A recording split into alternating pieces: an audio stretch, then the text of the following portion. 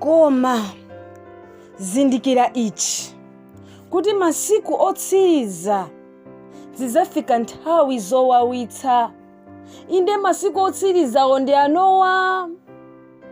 Tikukhala kumapeto a nthawi ya dziko lapansi. Yesu Khristu akuyenera kudza mu mphamvu yake kuzatiwombola, inde kuzapulumutsa ana ake.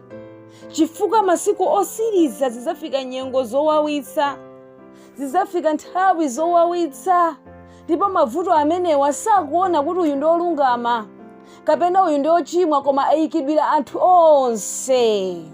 Titseke m'maso tipemphere. Atate wathu okonda amene muli kumwamba, dzina lanu lilemekezeke Mulungu wanga, chifukwa choti munatichenjeza ife kunena kuti zizafika nthawi zowawitsa m'masiku otsiriza. Atate, pakati pathu pali mavuto osiyanasiyana amene maboma a dziko lapansi atha nzeru kuti achita nawo bwanji. Inde makolo, mafumu tonse ambuye tatha nzeru kuti tichita nawo bwanji mavuto amene ali patsogolo pathu. Inde ngakhale mavuto amene tikudutsamo lerowa. Atate, tikupempha mutichitire chifundo ndi kuti mutipase mphamvu yakugonjetsa ndi okhala mtundu opatulika, osazidetsa ndi zinthu zimene zadzaza mu dziko lapansi, zimene zikupangitsa kuti mavuto a nthawi yakumapeto kuno akhale akulu kwambiri. Mulemekezeke ndi kukwezeka Mulungu wathu, fa mwayenera kulandira ulemu ndi matamando. Amen. Dzina la Mulungu lilemekezeke koposa lero kufikira kuthawi zosatha, ife kuti Mulungu atipasa nthawi yone tikhoza kuphunzira mawu ake kuchokera pa mutu waukulu umene tikunena kuti ndife alendo. Inu Mulungu wathu ndi Mulungu odabwitsa, ndi Mulungu wamphamvu amene anatipatsa mawu awa kwa ulere ndi kuti atiphunzitse, atizindikiritse nyengo imene tikukhala, ndi kuti inu ndine tikapange zisankho zoyenera zomutsata Mulunguyo. Tikamawerenga kuchokera pa 2 Timoteyo chapter 3 verse 1 akutifotokozera kunena kuti koma zindikira ichi kuti masiku otsiriza zizafika nthawi zowawitsa. Nthawi zowawitsazi kodi zikufika chifukwa chani? Monga tinaphunzira kuchoka muphunziro onena kuti zikukwanireni izi, tizikhala anthu okhutitsidwa, zinthu zake zili zimene zikuyenera kutikwanira, chakudya, pogona, chofunda, zimene zikuyenera kutikwanira. Zonjezera pamenepo ndizochokera kwa njerekezi zimabwera ndi misampha yosiyanasiyana. Inde ngakhale kungopeza chakudya chomwecho kuti munthu uchipeze kuchita kuvutikira, kukhetsa thukuta, chifukwa Adamu analandira temberero lonena kuti upeze chakudya iweyo uzachipeza movutikira, uzakhala ukukhetsa thukuta lako kuti upeze chakudya. Tikamawerenga kuchokera pa Genesis chapter 3 verse 19 amatitsimikizira za tsoka lalikulu limene Adamu anapasidwa lonena kuti thukuta la nkhope yako udzadya chakudya. Thukuta la nkhope yako uzadya chakudya. Anthu tikuyenera kugwira ntchito usana ndi usiku kuti tipeze chakudya, kukumana ndi nyengo zowawa, inde za mvula, inde zotani kuti tipeze chakudya. Timamuganizira venda amene amachitira saona dzuwa ayi, koma kukhala pa dzuwa kugulitsa ndithu malonda kuti apeze chakudya muthukuta. Inde akachoka pamene apite kumunda akalime muthukuta. Moyo wa munthu ndi omangogwira ntchito kuti tipeze chakudya. Tikukhala mu dziko limene ngakhale anthu tingalimbikire motani kuti tipeze chakudya, koma chakudyacho chikusowabe. Pakati pathu pali njala yayikulu imene yagwira dziko lapansi. Pakati pathu chifukwa cha njala yayikulu anthu akusakudya zakudya zoyenera, anthu akungozidyera. Matenda akuchuluka, miliri ikuchuluka pakati pathu. Ndipo chifukwa chonena kuti chakudya chikupezeka movuta, ulimi ukuvuta, chumaso chikungogwa. Chuma chikuvuta foti munthu apeze chakudya choyenera pamoyo pake akumachipeza pa mtengo wokwera kwambiri. Zimene zikupezeka mwina ndizopanda pake ma processed foods amene malo mwake amangobweretsa mavuto osiyanasiyana anthupi mwa anthu, ndikumabweretsa miliri yosiyanasiyana foti matupi anthu ndofoka. Inutu miliri inalipo kuyambira kalekale, koma foti matupi athu afoka lero, mphepo ineyo yonse ikangowomba, koma nde zimfini, koma nde kusegula mimba, koma nde kutuluka ziwengo zosiyana-siyana zikubwera pakati pathu chifukwa tikukhala munyengo zovuta zimene matupi athu ali ofoka salinso ndi mphamvu ataya chenicheni chimene mulungu anachilengera mthupi mwa munthumo kuti munthu akhale ndi mphamvu thupi lake lizitha kumenya matenda pa iwo okha. Tikukhala mu dziko limene ifa chonena kuti chuma chagwa anthu akukhala osakhutisidwa masiku akumapeto ano. Inde anthu ali okonda ndalama ali odzitamandira ndi nkhondo zili pena paliponse. Mayiko akuyesa kulumikizana United Nations kuti apange dziko limodzi athetse nkhondo koma malo mothesa nkhondo akungozikolezerabe. Ndazindikirani zida zophera anthu pano mpaka pano zikupangidwabe zida zoopsatu zongophera anthu. Usiku umene wapitawu usiku wa lero ku Israel Iran aponya ndithu mamissiles mabomba oposa 182 kuwaponya ku Israel kuti aphwanye Israel. Kuli chipwirikiti ku nkhondo izi miyanda ya anthu ikupita tsiku ndi tsiku. Satana ali pa ntchito yokolola miyoyo imene sinakonzeke. Inu tazindikirani tikukhala kumapeto a nthawi kumene nthawi zowawitsa zifika pakati pathu. Inde United Nations dzina lokha chabe kuti United Nations koma mkatimo muli chitsulo ndi dongo mayiko onga donga ofoka opanda mphamvu. Muli achipembedzo mmenemo ndekuli zimayiko zachitsulo za ku Roma uku achina Amerikawa. Ndikunena America muno kuti America sinjogera ku Europe. Tazindikira mvani chinthu ichi. America tu anathawa ku Europe uko ndi mbewu ya Chiroma imene ija inathawa chizunzo uku ndikukakhala ku dziko lina lotchedwa Mayflower kumene kalero kumakhala ma Indians, ma Red Indians anakakhala pakati pawo kuthawa chizunzo kufuna ufulu wa chipembedzo. Koma ndiwo lero lomwe amene ufulu wa chipembedzo akuchotsa akubweretsa fundo zosiyana zosemphana ndi chifuniro cha Mulungu. Maonekedwe awo ndioneka monga nkhosa koma mawu akamatulutsa ndi achinjoka. Ndi chifukwa chake kupyera mu America mukutuluka ziphunzitso zonyasa zosiyana zofuna kusocheretsa dziko chifukwa mfundo zimene anazigwirisitsa. Inde ngakhale nawo maonekedwe a nkhosa maonekedwe a Yesu koma machitidwe awo ndi ovunda ndi onongeka ongofuna kusakaza. Ndi chifukwa chake America ili pa nsonga penipeni kukholezera nkhondo zosiyana. Chifukwa imazimva kuti ili ndi mphamvu, imazimva kuti ili ndi chuma. Inde monga superpower ikuyenera kuonetsera zimenezi moyandikizana ndi chirombo chimene chinatuluka m'madzi. Mpingo wa Katolika umene uli mpingo waukulu kwambiri pa dziko lonse lapansi umene anthu akuyendamo zikuyendera chimodzimodzi. Wina u America uku Vatican uku kuyendera limodzi. Kulitengera dziko kukupembedza Satana. Inde kulitengera dziko kuiwala zolembedwa za Mulunguzo ndi kuzitaya. Koma tazindikirani ichi dziko likakana kumvera mawu a Mulungu inde lemba la mphamvu la Mulungu mu dziko mumalowa njala yakuthupi ndi yakuzimu komwe. Inde mu dziko mumalowa matenda mumalowa miliri yosiyana pachonena kuti anthu ataya zolembedwa za Mulunguzo atsata njira zawo. Tamvetserani inu.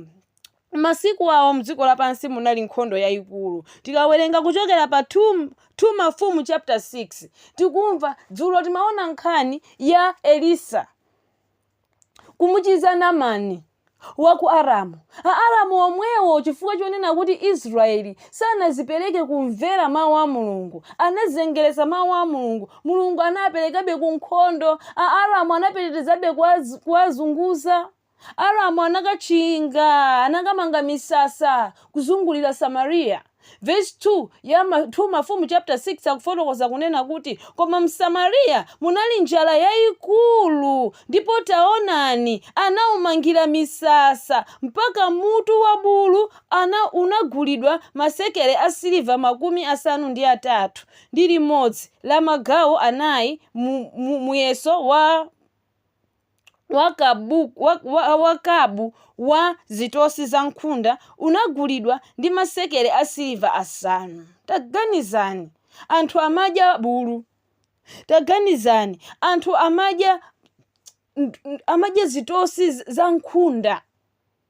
Njala itafika povuta atawamangira malinga chifukwa cha kusamvera chifukwa chonena kuti sadamvere Mulungu. Koma taganizani zitachitika zimenezi kunena kuti anthu awa ana Israeli atsekeredwa ndi alendo aku Aramu, anawamangiratu misasa nazungulira, palibe amene amakwanisa kutuluka kapena kulowa mu dziko ili chifukwa cha chimenechi. Ana Israeli amamanga misasa, minda yawo imakhala kunja, alimalima minda ili kunja, Aaramu atseka, wina alenso otuluka akuphedwa. Ndi chifukwa chonena kuti ukulu wa Mulungu unatachoka pamaso pawo, anatawasiya okhaokha chifukwa iwo anafuna kuchita zofuna zawo. Mzimu wa Mulungu anawachokera, chitetezo cha Mulungu chinawachokera. Inu tamvetserani. Takhala tikukambirana pa mitu yosiyana yotibweretsa kunena kuti tikhulupirire mawu awa tiyatsate. Tikapanda kuwatsata mzimu wa Mulungu utichokera. Pakati pathu pagwa njala yayikulu, inde si njala yakuthupi kokha komanso ngakhale njala yakuzimu. Tamvetsera nafika pa magulabulu, zitosi nadya. Mu tsiku la lero mu ulendo wathu onena kuti ndife alendo. Mutu umene tikhale tikuchita nawo mu tsiku la lero ndionena kuti izi zokha simuyenera kuzidya. Izi zokha simuyenera kuzidya. Inde ngakhale azisogolera mipingo yanu akhoza kukuvomerezani kuti idyani. Mulungu anayeretsa zonse. Koma na izi zokha simukuyenera kuzidya. Chifukwa ndi pakamwa pa Mulungu pamene payankhulapo. Zinazi akuyankhula ndi atumiki makachisimu, ndikumanena kuti anayesa zakudya zonse.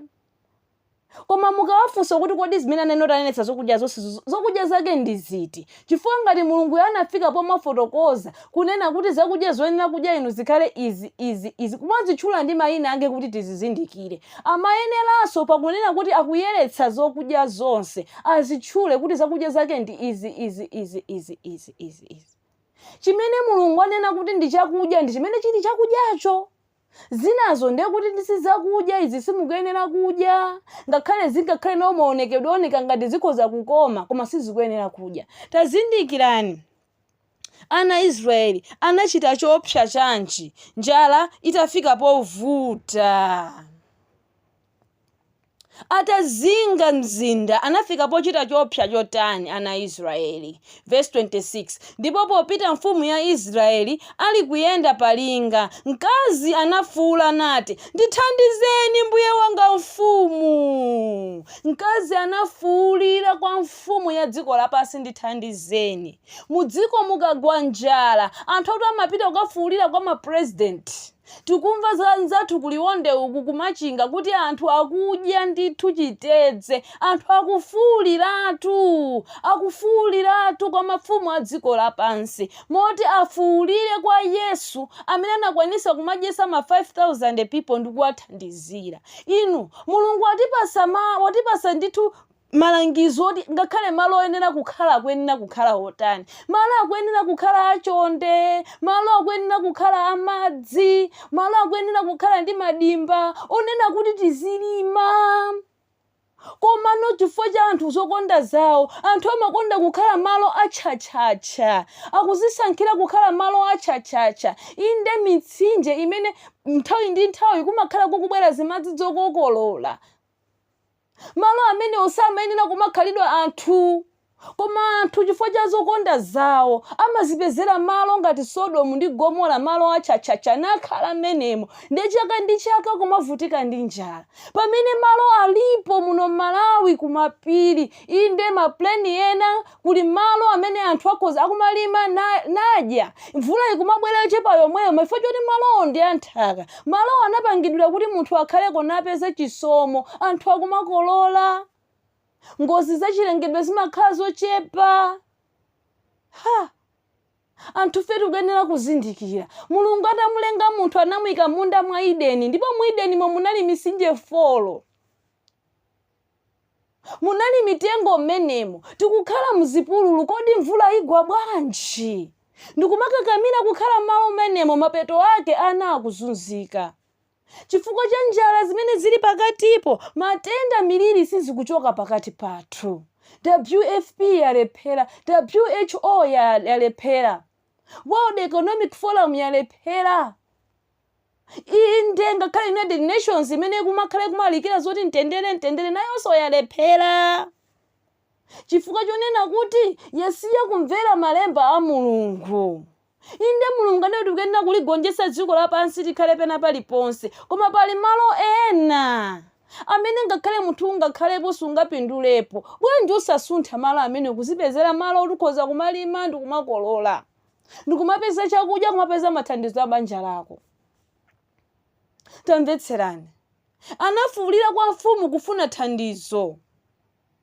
Nanena naye mfumu, ufunanji? Verse 27, nati mfumu, akapanda kukuthandiza Yehova, ndikaona kuti kokuthandiza ine. Mfumu inazindikira, mfumu Ahabu inazindikira kunena akapanda Yehova kukuthandiza, ndikuthandiza bwanji ine? Nanena naye mfumu, ufunanji? Nati iye, mzanga uyu ananena ndine, tenga mwana wako timudye lero ndi mwana wanga timudye mawa. Anthu a Mulungu, izi zokha simuyenera kuzidya. Inu dziko lapansi lafika kudya nyama ya munthu, apanga mafactory amene akumakolola nyama ya munthu, akumakangodula kapisi kapang'ono ka munthu ndikupita nako mulabu, kapisi kaja ndi kumakula mpaka nakukhala chinyama chachikulu omwe imakhala nyama ya munthu ndikumadya. Koma tazindikirani, ngakhale mfumu Ahabu inali mfumu yochimwa imene achimwira Mulungu ndi kulambira mafano. Koma pa verse 28 ndiwerengaso, ndipo nanena mfumu, ufunanji? Nati iye, mzanga uyu ananena ndine, tenga mwana wako timudye lero ndi mwana wanga timudye mmawa. Ndipo tinaphika mwana wanga ndi kumudya, ndi mmawa mwake ndinanena naye, tenga mwana wako timudye, koma wambisa mwana wake. Verse 30, mfumu yosaopa Mulungu. Ndipo pakumva mfumu mawu a mkaziyo, anang'amba zovala zake ali nkupita nayenda palinga. Anthu napenya, ndipo taonani pali chiguduli mkati pa thupi lake. Mfumu inafika pong'amba zovala zake, kumva chisoni kunena kuti ulemerero wa Mulungu wachoka motere. Inu kuchoka pamaso pa Yehova ndi chinthu choopsa kwambiri, kugwa m'manja a Yehova ndi chinthu choopsa kwambiri. Israeli anafika pokudya ana awo chifukwa cha njala. Izi zokha simukuyenera kudya inu, simukuyenera kudya nyama ya wanthu inu. Ngakhale dziko lapansi ingabwerese nyama ya munthu ndikumati idyani, simukuyenera kudya zimenezo. Ine ngakhale munthu angaoneke kuti koma munthu uyu akhoza kunona kumudya, koma iyayi Mulungu sanayike kunena kuti anthu fe tizidya wina ndi nzake. Chimenechi chinachokera kuti unali tu ulosi kukwanitsidwa uwu. Pamene Israeli amachoka ku dziko la Egypt, Mulungu anawawuziratu kunena kudziko kumene mukupitako mukuyenera kukasamalisa ndi machitidwe anu, chifukwa mukakapanda kusamalisa ndi machitidwe anu matsoka awo azakugwerani. Inde munyengo zoopsa, mu nthawi zowawitsa zimene tikudutsamo lero lino, zimene tikuona kunena kuti pakati pathu pali njala, pali matenda, chuma chagwa, pali nkhondo, tikuyenera kuzindikira kunena kuti chimene chikupangitsa zona mavuto wazingokwerera chifukwa chani. Njala ikhale pakati pathu chifukwa chani. Mayiko amene ali aluyawa akuvutika ndi nkhondo, akuvutikanso ndi njala yopsa. Maduka maona zithunzi zana kupempha zakudya, akuluakulu ndi akuluakulu onse kumeta kulandana mbale kuti alandire zakudya zophikiridwa. Sakuzoti aphikiridwa nyama yanji. Inu mwati anthu sakudya anthu. Nthawi ya COVID kunali anthu amasowa, ndipo kwatuluka skando ku China uko kuti thousands ama corpses amaliro, anthu omwalira anabedwa anagulisidwa kumalabu. Inde akumanena kuti kumalabu kwa kumakagulisa ntchito ngati ma specimen, koma ma specimen yo sakunena mwachuchuchu kuti kodi specimen yo imakagwira ntchito yanji. Akungophunzirira. Inu tisamale kwambiri ndi zakudya zimene timadyazi. Makamaka za mafactories amayikamo maflavor ena amene amachokera ndithu kuthupi la munthu. Inde ngakhale zovala zozola zine zimene azimayi akumazola masiku ano zikumachokera muthupi la munthu. Tasamalani inu. Satana dani wa munthuyo akufuna abwerese temberero pakati pathu. Inde temberero ngati limene linagwera ana a Israeli anafika pokudya ana. Izi zokha izi simukuyenera kudya nawo. ulosi unakwaniritsidwa nalo otani. Ana Israeli alachenjezedwa za mmene angakhalire iwowo, anaphonyana ndi chifuniro cha Mulungu munjira yotani. Deuteronomy chapter 28 verse 58 akutifotokozera motere: mukapanda kusamalira kuchita mawu onse a chilamulo ichi olembedwa m'buku ili, kuopa dzina ili la ulemerero ndi loopsa ndilo Yehova Mulungu wanu, Mulungu adzachita chani pa verse 59? Yehova adzachita miliri yanu ndiye ana anu ikhale yodabwitsa, miliri yayikulu ndi yokhalitsa, ndi nthenda zoyipa ndi zokhalitsa.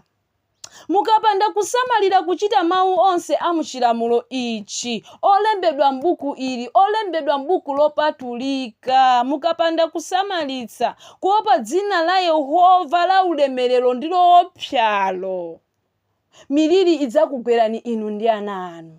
Ndi chifukwa chake chikuoneka chonyasa matenda onse amene anatha achina poliyo, achina mizozi, ayambanso kubwerera pakati pathu chifukwa chonena kuti anthu tazipereka kuzilakolako zimene zili zosavomerezeka pamaso pa Mulungu.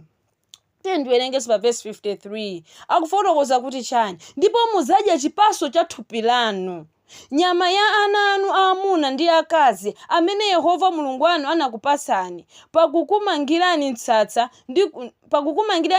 ndi kukuphinjani adani anu. Mulungu ndi wokhulupirika. Inu Baibulo ili ndi lokhulupirika, ndi lemba la mphamvu limene pasilochoka kumwamba. Ulosi umene amaupereka ku Deuteronomy amaupereka tunkamwa mwachina Yoswa, mwachina Mose, kuti amene mukalowa m'dziko la lonjezanomo mukakasiyana ndi chifuniro cha Mulungu, zindikirani kunena kuti matsoka adzakugwerani, muzayamba kudya ana anu akazakumangirani misasa. Nzeru ya Aramu yowatsekera misasayi kunali kufuna kuwalanga ana Israeli kuti azindikire kunena kuti agwa pamaso pa Mulungu. Njala imene kutivutitsayi, kusowa kwa ntchito kumene kuli pakati pathupo, ana akulimbikitsidwa phunzirani, apitiseni masukulu, koma akuphunzira ana opanda ntchito. Graduates ambiri akungoyenda kusowa zochita. Mapeto ake pakati pathu pakulowa nkhondo, pakulowa umbanda, chikondi cha pandalama chikukula chifukwa choti wina aliyense afuna akhutitse mimba yake apeze chakudya. Tikukhala munyengo yovuta yopsa kwambiri. Verse 57 akuperekanso umboni otere. Verse 57: ndipo chifukwa cha matenda atuluka pakati pa mapazi ake, ndi ana ake adzawabala, popeza adzawadya ntseri posowa zinthu zonse, pakukumangirani msasa ndi kukuphinjani adani wanu m'midzi mwanu. Akuti matenda adzachuluka pakati panu mukapanda kusamalira kuchita mawu onse a muchilamulo ili, inde olembedwa m'buku ili, Baibulo, buku lopatulika, inde mukapanda kuopa dzina la Yehova. Inu Mulungu akayankhulapo anthu akumafikapo malimba mtima kutsutsa. Akuti ndi ufulu wanga kuphwanya malamulo, ndi ufulu wanga kuononga cholengedwacho, kuononga choyera chopatulika cha Mulungucho. Tikukhala masiku ovuta kwambiri amene chivundi chafika pakati pathu, ndipo tikuyenera kusamalitsa. Inu Mulungu akunena kuti mukapanda kumvera mawu awa, matsoka awa adzakugwerani, kuzakhala matenda. Chomvetsa chisoni, WHO omwewo ndi amene amalimbikitsa kunena kuti anthu azingodyapo zina zilizonse, kupangapanga masitadi awooneka ngati osangalatsa, mwafika ponena kuti anthu azidya ntchentche, azidya mphemvu. Zinthu zodetsedwa zimene Mulungu sanayikemo mdalitso wake, azidya nkhumba nayiyamikira kuti ndi yabwino. Mapeto ake matenda, miliri sikuchoka pakati pathu. Inde matenda timene timaoneka tophweka kuthana nato, foti matupi wandofoka akukanika kumenya nthenda zing'ono zomwe. Miyanda ya anthu ikutayika, inde ngakhale zimatenda zikulu zikubwera zikunkana akula achina kansa awa chifukwa cha zakudya zimene munthu akudya. Chuma chikumaonongeka chambiri kupita kumankhwala amene afuna athandizire odwalawo, koma odwalawo akudyaso zoletsedwa, akudya zodetsedwa. inde akudya zoonongeka. Zina zikhoza kukhala kuti ndi zimene Mulungu anazivomeretsa koma ndi zoonongeka mkati mwakenso muli matenda. Ndi chifukwa chake pakati pathu pali chivundi chifukwa zinthu sizikuyenda. Mapeto ake nkhondo zikungochuluka chifukwa mitu ya anthu sikugwira. Mitu ya anthu yasokonekera ndi zimene zikulowa. Pali mawu amene anthu timakonda kuwagwirisira ntchito kunena kuti thupi sitimanga ndi miyala. Ndi zoona timamanga ndi chakudya koma si chakudya china chilichonse. Izi zokha simukuyenera kudya. Tifuna tione kunena kuti ndi ziti zimene ife sitikuyenera kudyazo, zimene Mulungu anayikira tumalire ndi kuti munthu sakuyenera kudyako. Tatiye tipite pa Levitical chapter 11. Levitical chapter 11 tikanakonda tikanawerenga mavesi onse kuyambira 1 mpaka na 47 koma tingochita nawo modumpha chifukwa zinthu zimukuziziwa kale. Uno ndi ulendo ongodandaulirana ndi mmene nyengo zikuyenderamo kuti ofuna kumva amve. Inde mukamapitanso kucheka pakamakuzani kuti muli ndi zotupa mukazindikire kunena kuti uthenga ucho maona kampa unafuulitsa kunena kuti izi zokha simukuyenera kudya ndakhala ndi kudya.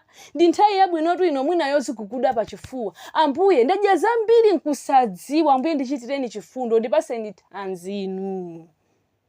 Mukakhala m'maofesi chuma chikumaonongeka cha m'maofesi cha iwo amene akumalemba anthu ntchito chifukwa cha anthu kudwaladwala masiki livi kuchuluka. Chifukwa choti matupi anthu ndofoka si amphamvuso.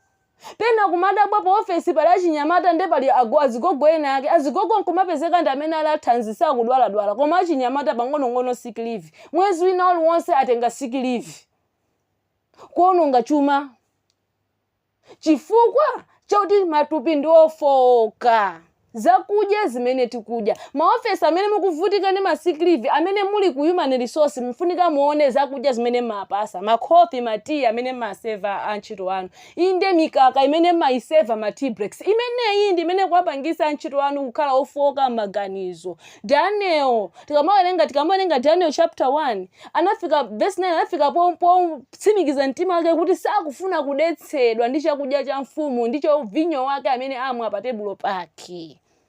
Inunso mukuyenera kutsimikizika kunena kuti inde amapereka mkaka, inde amapereka khofi, amapereka tea koma zimenezi ndi zongofokesa thupi chabe sindikuyenera kumwako. Chifukwa tikukhala m'masiku owawitsa nyengo zowawitsa zimene thupi lathu ndilofoka kale. Mpweya ndiwonongeka, madzi ndiwonongeka, zakudya ndizoonongeka. Ndi mukamangudya bizoonongeka zokhazokhazo thupi lili kumangokhala lopweteka losowa mtendere kumankhwala kenako tizathera nkupezeka tili ndi matenda zowawa kwambiri. Kufoka kwa chiwindi liver failure. Inde makidneys kufoka, mtima kufotoka matenda a mtima, inde ma BP akuchulukawa, ma diabetes akubwera chifukwa cha kudya moononga, kusadya moyenera. Inde ngakhale zokudya zovomerezekazo koma tikuzidya milingo yoyipa yosavomerezeka. Mowa ndi fodya ndi zimene zikuononga pakati pathu. Tate ntiwerenge pa Levitical chapter 11 tiwe ngowerengako verse 1 ndi mavesi ena. Ndipo Yehova ananena ndi Mose ndi Aaroni nati nawo. Ananena izi ndi Yehova, si munthu, si abusa anu koma ndi Yehova. Ndi inuyo mukasankha kuchita mosemphana ndi izi mungodziwa kunena kuti mukupanduka. Monga tawerengera kuchokera pa Deuteronomy chapter 28 verse 58 kunena kuti mwaipsha zonse zokamba za Mulungu, mwasata njira yanu. Pamenepo ndi pamene pali kupalamula kwakukuluko. Mulungu akuyenera kutithandiza chifukwa izi ananena ndi Mulungu ndipo iye ananena ndi ana Israeli. Ananena nawo zotani? Tatiye ntiwerenge verse 46. Ananena nawo zotani? Verse 46. Ichi ndi chilamulo cha nyama ndi cha mbalame ndi cha zapamoyo zonse zakuyenda m'madzi ndi cha pa zamoyo zonse zakukawa pansi. Chilamulocho chinali chokuti chani? Chimene anachiperekacho kusuza zonena kuti nkhani ya chilamulochi sichingothera pa malamulo 10 okaucha kapena pa ubatizo umene timaona dzulo uja iyayi kapena pa sabata iyayi. Koma ngakhale madyedwe athu Mulungu anapasa zoyenera kuchita. Ngakhale mwana anampasa zoyenera iye kudya kuti mwana wang'ono akuyenera kumamwa mkaka chifukwa kati mwake mumakhala ma enzymes.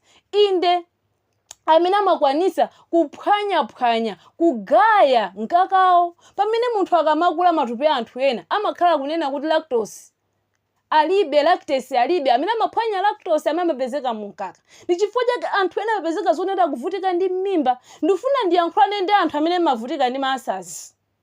Tasiyani kumwa mkaka, tasiyani kudya za mkaka zina zili zonse muchira. Muzingomwa madzi otentha. Ine ndi umboni yayikulu.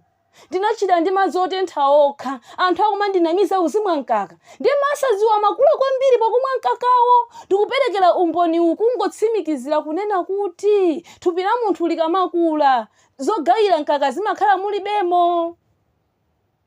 Zakudya sizigayika. Tamvetserani, Mulungu kuti anatilenga modabwitsa. Ndi chifukwa chake ngakhale pakuphika nyama imayenera kuti ipye bwinobwino ndi cholinga choti ikagayike bwinobwino mkati mwathu. Apo B imakasanduka mowa mkati mwathu, imakafokesa maganizo athu. Amene amadya nyama yosapsa zochitika zawo zimakhala zopsa inu. Chifukwa amakhala kuti akutenga chikhalidwe cha nyamacho. Thupi sitimanga ndi miyala, timamanga ndi chakudya, koma ndi chakudya choyenera chenicheni. Chifukwa chakudya chambiri chapangisa kunena kuti chiphwanye thupi la munthu. Chapangisa kunena kuti munthu akhale odwala, ofowoka, oganiza mofowoka. Inde ngakhale zokamba zimene zimakambidwazo zimakhala zovunda zokhazoka. Verse 2 akutifotokozerani monena, nenani ndi ana a Israeli ndikuti izi ndi zamoyo zimene muyenera kumadya mwa nyama zonse zili pa dziko lapansi. Zokudya zodyedwa ambiri timaziziwa. Kula achina ng'ombe, achina mbuzi, achina nkhosa, achina nkhuku. Ndi zimene zimakhala ndi zone maonekedwe amene ang'ombeyo zimene zotazidyani. Maonekedwe ankhukuwo omakhala ndi mambazala zogawanika zimene zotazidyani. Nsomba zokhala ndi chiphwepwe zokhala ndi mamba zimene zotazidyani. Koma ngati zilibe mafeatures amene Mulungu ananenawa zimenezo sitikuyenera kudya. Verse 11 akuti chani? Verse 11 akuti chani? Kwalembedwa akuti chani? Inde muziyese zonyansa, musamadya nyama zawo, mitembo yawo zikunyasireni. Akuti fotokoza kuti pali zinthu zina zimene izi zokha sitikuyenera kudya. Ndi zinthu zimene zimene sitikuyenera kudyazi ndi chani? Verse 4 akuti koma izi zokha simuyenera kuzidya mwazobzikulazo ngakhale zogawanika chiboda. Munthu utu ndogawanika chiboda. Inde pena pali pose ndogawanika chiboda. Zala zathu ndizogawanika. Koma sakuyenera kudyedwa. Ndi chifukwa chake pa 2 Mafumu chapter 6 anachita chonyasa kufika pokudya nawo. Chifukwa choti anali pasi pa temberero, mzimu wa Mulungu unawota achokera. Chikumbumtima chinachita achokera.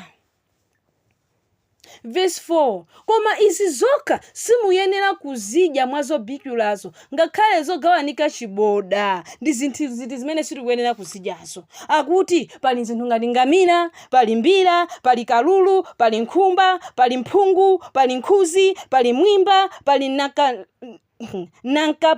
nankapakapa.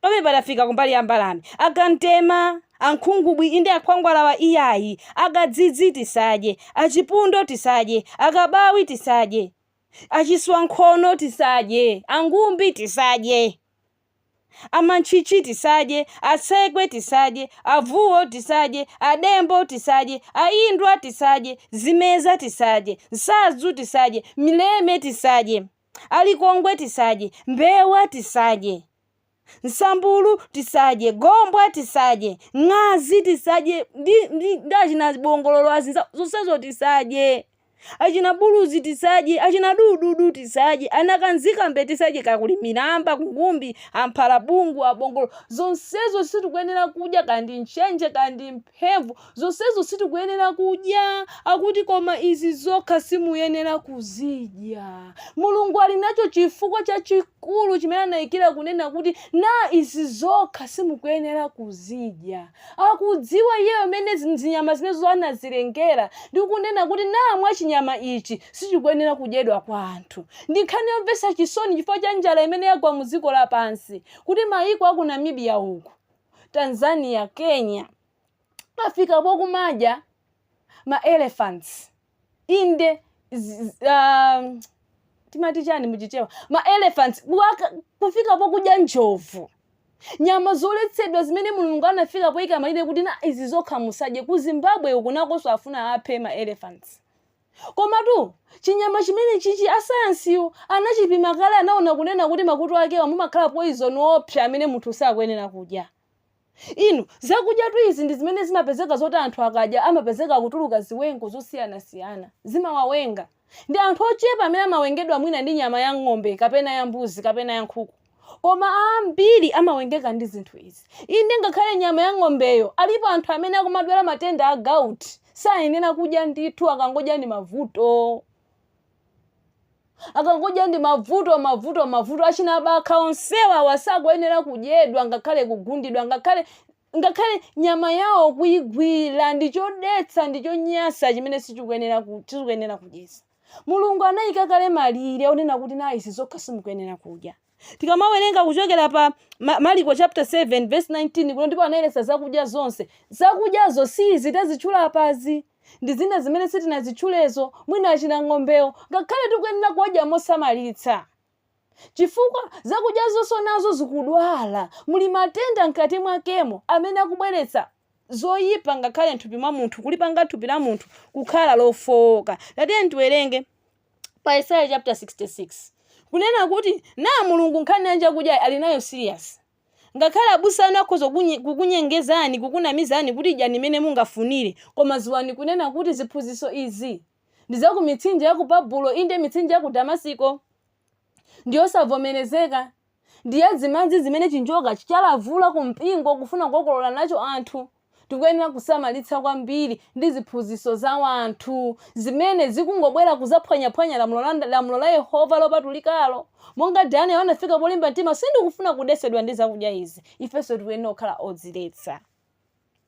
Ndiwerenge pa Isaiah chapter 66 verse 17 akuti chani. Mulungu nkhani ya zakudya ali nayo serious.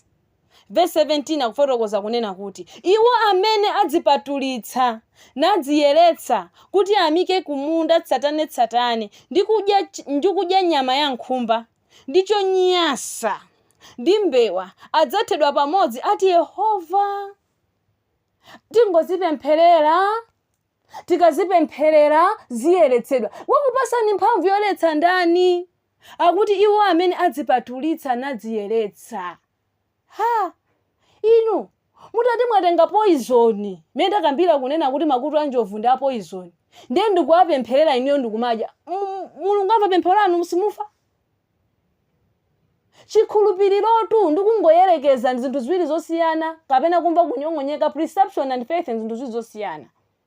Iye tikapemphera ziyeretsedwa. Ena kumafika ponena kuti ayi nkhumba zija zinakalowa m'madzi, nkhumba zimene zinali zodetsedwa.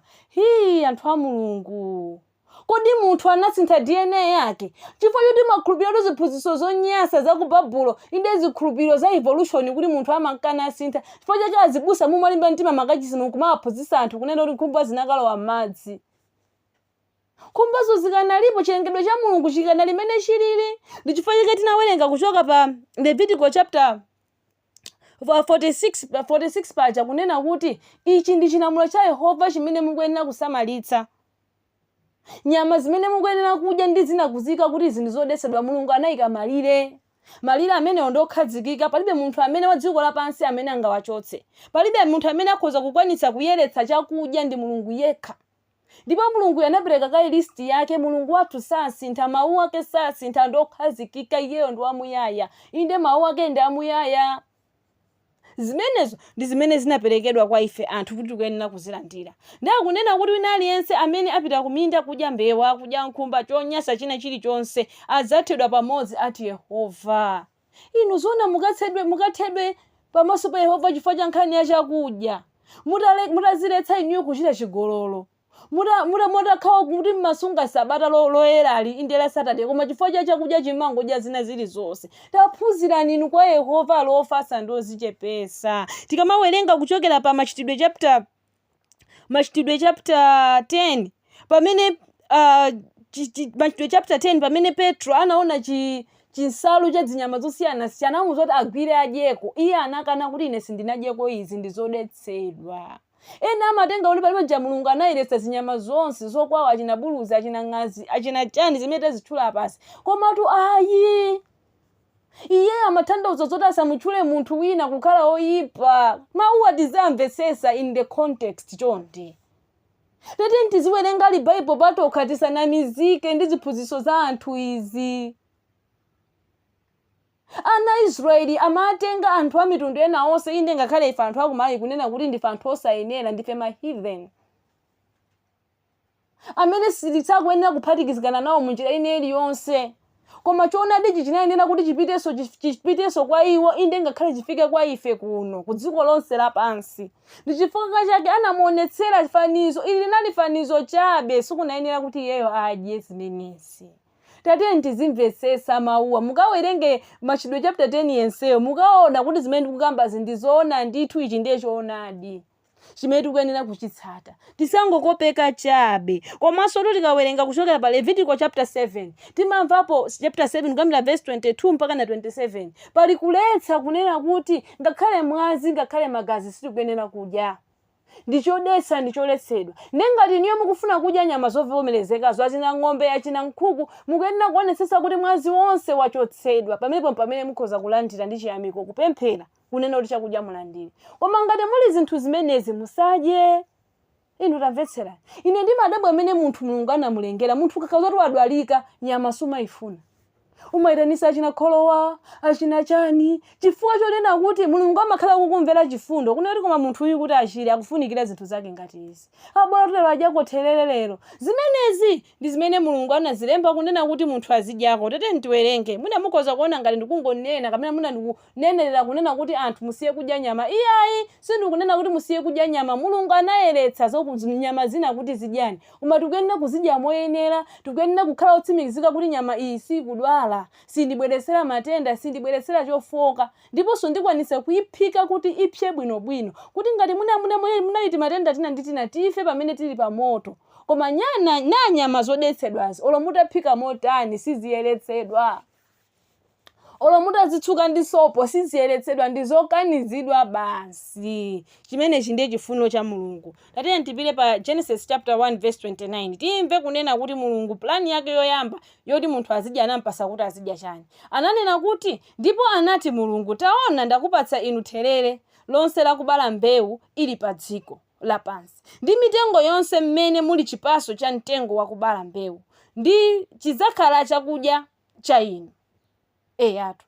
Akuti anapereka mbewu zomera munthaka monga munthu alochokera kudongo.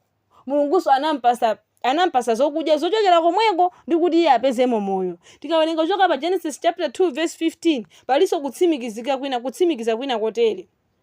Verse 15 chakudya choyenera kuti munthu azidya. Ndipo Yehova Mulungu anamtenga munthu yonamuyika iye m'munda wa Edeni kuti aulime na uyang'anire. Amene na aulime na uyang'anire ndi kuti apezemo chani chakudya chake. Osati zinyamazi zimene zikubweretsa matenda osiyana-siyana pakati pathu. Ku South Africa kuli makesezi ambiri ogwiririra ndi kumachitika za chifwamba zambiri pakati pawo. Chifukwa chani anthu amadya nyama kwambiri. Komanso pakati pa aluya inde ndikutanthauza asilamu pamakhala akaduka ambiri. Pamakhala zotetana kwambiri. Pamakhala nkhondo kwambiri anthu ake ali violent ifo chonena kuti anthu amene amadya nyama kwambiri. Ndizomvetsa chisoni kunena kuti nyama kwambiri amakonda kudya kwambiri nthawi imeneyo amakhala ali m'mapemphero. Akamadya mapirawo awo, mabiriyani awo. Pamene paja amakhala kudya zinyama zambiri zimene zimapatsa zilakolako za chinyama. Ndi chifukwa chake saona kuvuta kupha munthu. Chifukwa cha diet yawo. Tasamalani ndi diet yo inu. Mwina tunkwiyo mene muli nawo ndi nkhani ya diet imene mmajera niyo makonda kudya zinyama zambiri. Ndi mmangokhala ndi maganizo zoyipa zokha. Inu pamene anthu akudya amakhala kupanga phokoso amakhala anthu akulongola pamene akudya nyama. anthu amayipanga braai amayamba bwinobwino ndi maganizo asoba iyi kumakamba nkhani zabwinobwino koma nyama ija ikangamba kulowerera mutu imatani ndi ubongo wa munthu nyama indetu ngakhale nyama yomwe yachina nkhuku achina nyama ya mbuzi ka nyama ya ng'ombe imapezeka zolota anthu amba kuyankhula zopanda pake. Judgment imakhala impaired monga mmene imakhalira kumowa inu. Tate ndiwerenge kuchokera pa Yesaya chapter 5. Ndi zinthu zina ziti zimene Mulungu akutichenjeza ife lomwe kuno tikuyenera kusamalitsa pamene tikuzilandira. Zimene munthu sakuyenera kudyako na izi zokha simukuyenera kudya inuyo. Mudziko ili la chilendo chifukwa ni machenjerero a Satana chabe ongofuna kuti atigwetse afoketse apheka mbewu kamene kali mwaifika. Nyama ukadya munthu imatenga nthawi yayitali kuti igawe mapeto ake moti ikhale yopereka phindu kumoyo kwako imabweretsa mavuto osiyanasiyana. Pamene ukadya zamasamba umamva nsanga kupepuka imakupasa mphamvu nsanga komanso umazamva njala ndithu kuti ine ndikumva njala ndikufuna nditadya. Pamene zakudya zinazi zimangotakasa maganizo ako ndicho linga chonena kuti ukhale ngati wamuoneka ngati wamachitachita koma chitachita ake ndongofola thupi labe. Amene amapanga maboxing iwa kupanga za ndeuzi amadya nyama kwambiri amakhala pa diet ya nyama kwambiri ndicho ngoti akhala aukali. Akalowa muringi muja azikwanisa ndithu kumenya nkhondo mene angamenye. Inde ngakhale asilikali kuma barracks kwa akamaphunzira nkhondo zawo akapita kuma skulu awo amaphunzira ka polisi kachani diet yawo kwambiri imakhala ya nyama. Simakhala ya zipatso chifukwa chani amafuna kuti akhale ndi ukali ndiye kumakhala dzuwatu mala amene amayika maskulu ophunzira asilikali kumakhala kumapiri kumakhala kumengo kumakhala dzuwa.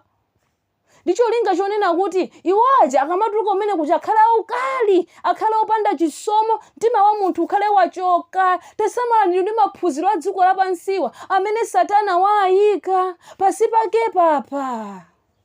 Pasi pamwamba papa mangoneka ngati maphunziro chabe koma pasi pake papa pali chipeni chopsa chimene chimalatsa iwowo ngakhalenso anthu ena. Ndichifukwa anthu amene amakhala opanda chifundo amakhala anthu ankhanza. Ndikuthekatu ena munaphunzira ndinu apolisi kana ndinu ame mwakhala mukudya zimene zizi munadya zimene zimuli ku skulu koma pano kuunika kukwafika tayesesani kuchepetsa mwina tinkhanza timene makhala nato pakhomoti tikhoza kuchepa. Mwina maganizidwe ano mene maganizira zonipo weluza mulandu zikhoza kuchepa chifukwa chani nyama ili ndi mphamvu yofola maganizo a munthu monga ngati fodya. Ndiye tikuyenera kusamala chifukwa damage imene mapereka pathupi la munthu ndi yayikulu kwambiri imene kubweretsa matenda imene kupangisa miliri kukhala yokhalitsa pa dziko pano ndi chifukwa cha madyedwe athu amene awonongeka. Ndi chifukwa chake tapatuka pa chilamulo cha Yehova. Sitikufuna kumvera mawu onse amene Mulungu akunena koma tikufuna kumvera zokamba za sayansi. Yesaya chapter 20. Yesaya chapter 5. Tiwerenge Yesaya chapter 5 not 20. Yesaya chapter 5 verse 20 akuti chani? Yesaya chapter 5 verse 20 akuti chani? Tate tiwerenge.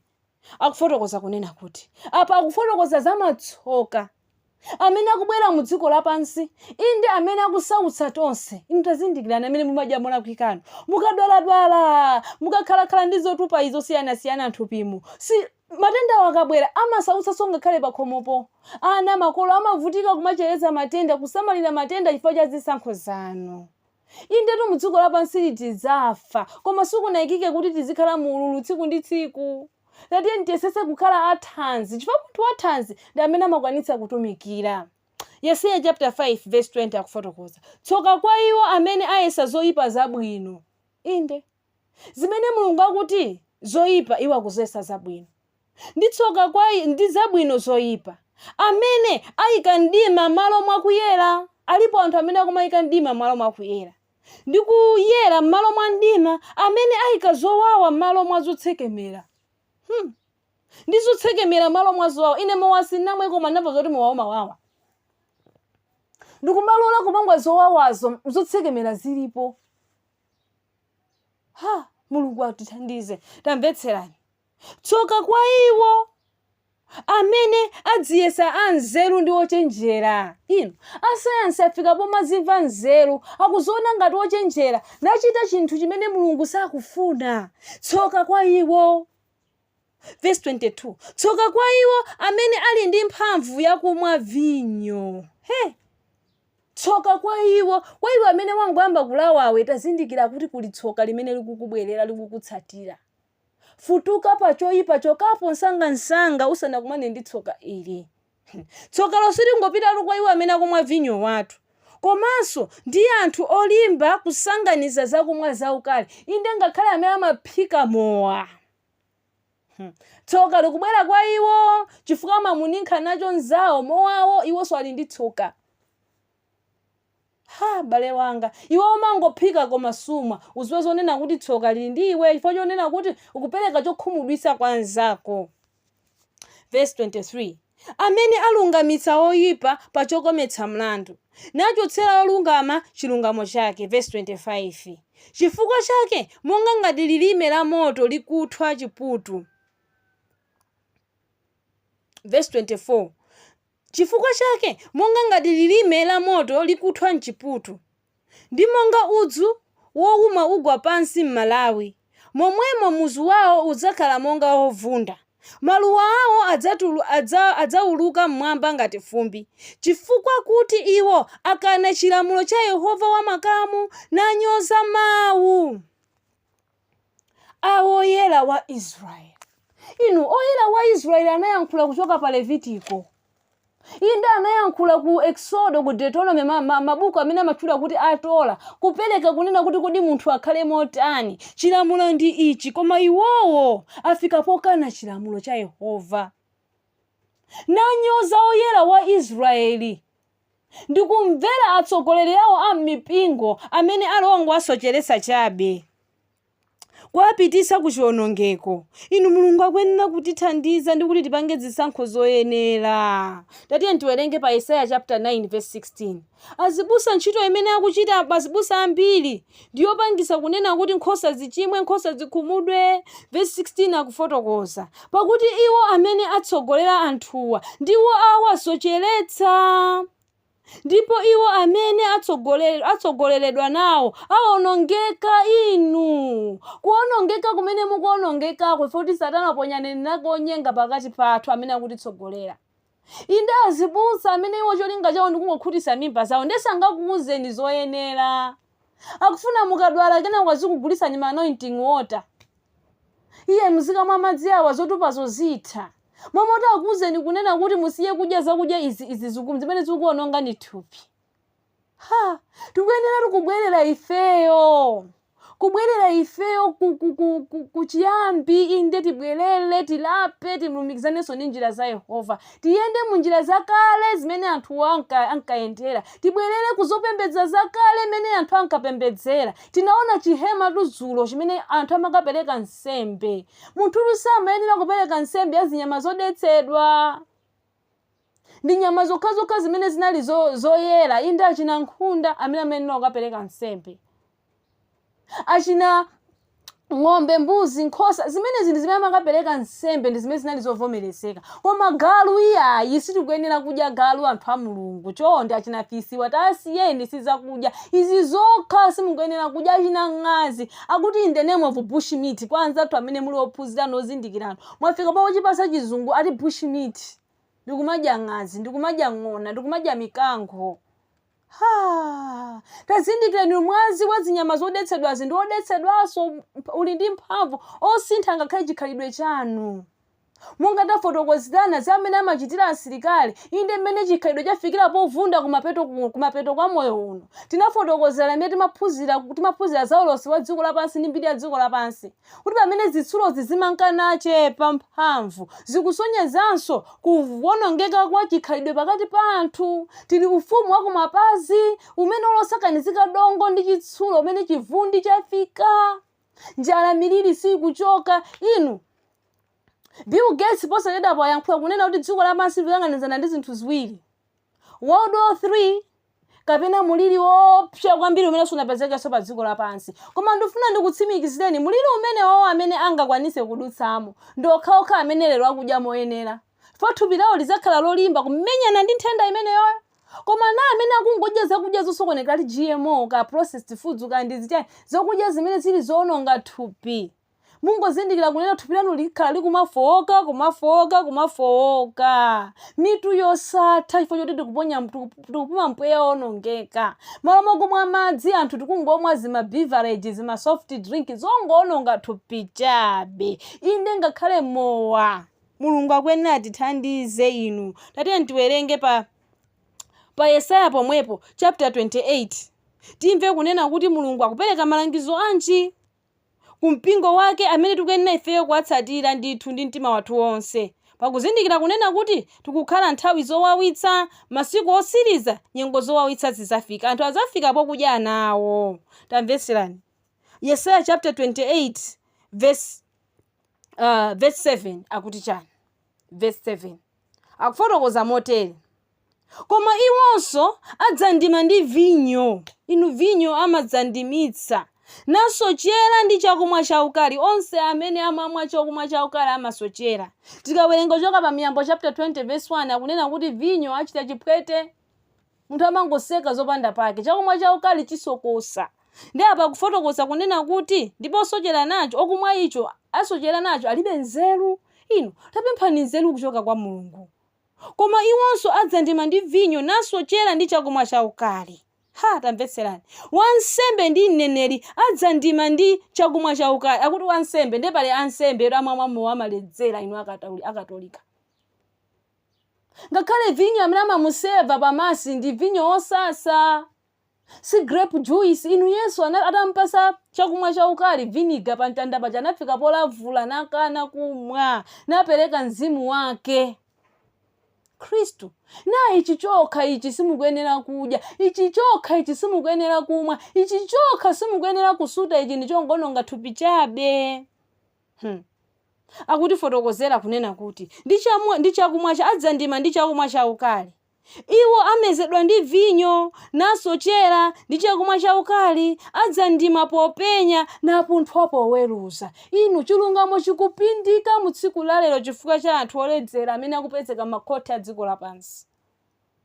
Chifukwa cha anthu amene akudya zinyama zodetsedwa, inde akudya nyama ngakhale zovomerezedwa koma to the excess, moononga mopyoza, maganizo awo ndosaononga. Milandu amati akumayiona mopepusa.